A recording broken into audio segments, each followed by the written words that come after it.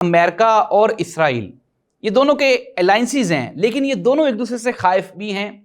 America ये चाहता है कि एज मच एज पॉसिबल जितना मैक्सिमम जो फाइनेंसेस हैं वो जनरेट किए जा सकें वो इसराइल से कर लिए जाएं। अगर हम इकोनॉमी की बात करें तो जितनी भी दुनिया में मल्टीनेशनल कंपनीज हैं उनके जो ऑनर्स हैं आप मैं हम सब लोग जानते हैं वो ज्यूज हैं।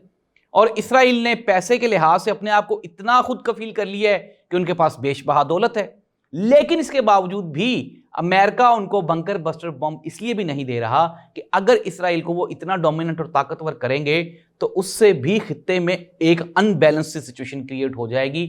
मैं ये नहीं कह रहा कि अमेरिका उनको सपोर्ट नहीं कर रहा। जिस तरह से अगर हम बात करें ईरान के सदर, उनके बयानात की, उनकी स्टेटमेंट्स की, तो उन्होंने कहा कि अमेरिका हमारे खिलाफ खुल के जंग लड़ा है। अमेरिका ने इसराइल को जो फौजी इमदाद दी है, जो उन्होंने टेक्नोलॉजीज दी हैं, जो उन्होंने उनको वेपन्स दिए हैं, जो उन्होंने इमदाद की है, वो हमारे खिलाफ इस्तेमाल हुई है। और ईरान के सदर ने बारहा ये भी कहा है कि हमारे ऊपर जो हमला हुआ है अमेरिका इसके अंदर टोटली मुलव्वस है और हम ये समझते हैं हम मुनासिब टाइम आने पे अमेरिका को भी जवाब देंगे। लेकिन साथ ही साथ डोनाल्ड ट्रंप ने भी ये एक धमकी दी और उन्होंने कहा जी कि अगर अमेरिका के खिलाफ या अमेरिका की सालमियत पे ईरान की तरफ से कोई हमला हुआ तो फिर हम आपको इतनी ताकत से जवाब देंगे कि दुनिया हैरान रह जाएगी।